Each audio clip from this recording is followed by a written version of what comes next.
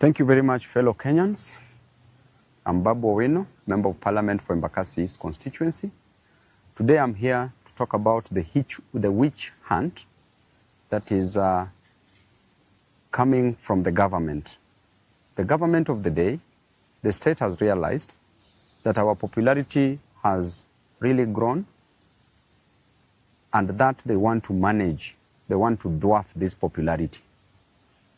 They have approached Babu Owino on several occasions so that Babu can work with government, but Babu has refused and has said clearly that he wants to work for Kenyans, and that if the government was offering services to citizens, the services that were promised during the campaign periods, if they were working, if the cost of living was reduced, if taxes were reduced, if there were jobs for Kenyan citizens, if the health sector was working, if education sector was working, then Babu Owino would not have any business opposing the government. But why do we oppose the government? Why do we keep checks and balances on the government? It's because the government has not shown any effort to solve these issues of concern that I am raising. And therefore, because of that reason, there is a meeting that was held last week, a meeting that involved serious stakeholders in this country, and they were asking how Babu Owino can be put down, how Babu Owino can be managed. Some proposed that Babu Owino should be approached, bought, bribed, so that he can support the government. Some came with an idea that Babu Owino should be dealt with perpendicularly, that they should send the Ethics and Anti-Corruption Commission to our offices to come and besmirch the good name of Babu Owino. And therefore, I was reliably informed, information from very serious sources, that this week EACC was to come visit us at our offices in Donholm, Greenspan Mall, second floor. If not this week, then next week they are to come, or any other time that they will deem fit. And the intention is very clear, that we need to put Babu down. We need to tell the public that there are corruption allegations in Embakasi East office. And I want to tell you clearly that the Auditor General produced a report for all the constituencies, the 290 constituencies in this country. And the lady, you know how she works, she can't be bribed. If the government cannot bribe her, then Babu Owino automatically cannot bribe this lady, and she's been doing a great job. And the report was clear, and I want to read to Kenyans this report from the Auditor General. I want to go to the conclusion because this is a public document. Report on lawfulness and effectiveness in use of public resources. Conclusion. As required by Article 229, Sub-Article 6 of the Constitution, based on the audit procedures performed, except for the matter described in the basis for conclusion on lawfulness and effectiveness in use of public resources, section of my report, I confirm that nothing else has come to my attention to cause me, the Auditor General, to believe that public resources have not been applied lawfully and in an effective way. If this report came from the Auditor General and it is a public document, then why does the government want to use EACC to come and intimidate Babu Owino? I want to tell the EACC that you are an independent body. Do not get involved in this politics.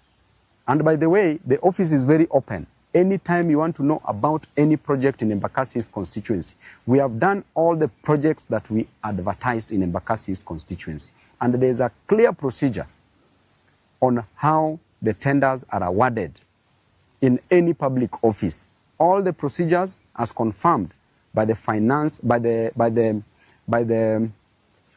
manager, as confirmed that all the procedures were followed. There is no any conflict of interest. None of my companies has been awarded any job in Embakasi's constituency. None of my friends' companies has been awarded in Embakasi East constituency because there's a laid down procedure on procurement process. And in the procurement process, in that committee, there's a person that comes from the public works. Public works is an appendage of the national government. There's a person that comes, there's a procurement officer that comes from Nyayo House under the Ministry of Interior. That is Office of the President, directly. Who determines who is to be given what? And in this country, if you are in opposition, there's nothing you can influence, even if you wanted to influence. And therefore, if the government wants to come for me, I want to tell you that you've come for me severally. This is not any news to me. I have faced so many things within the court corridors.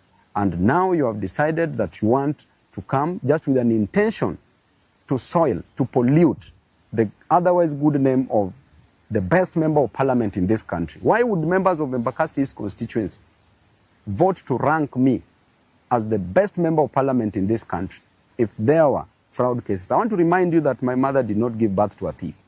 I did not come to Nairobi to steal money for Embakasi East constituents. I did not come to Nairobi to frustrate my people or Kenyans. I came to Nairobi to study, and I got a job as a member of parliament for Embakasi East constituency, and therefore my work in Nairobi is to work for my people.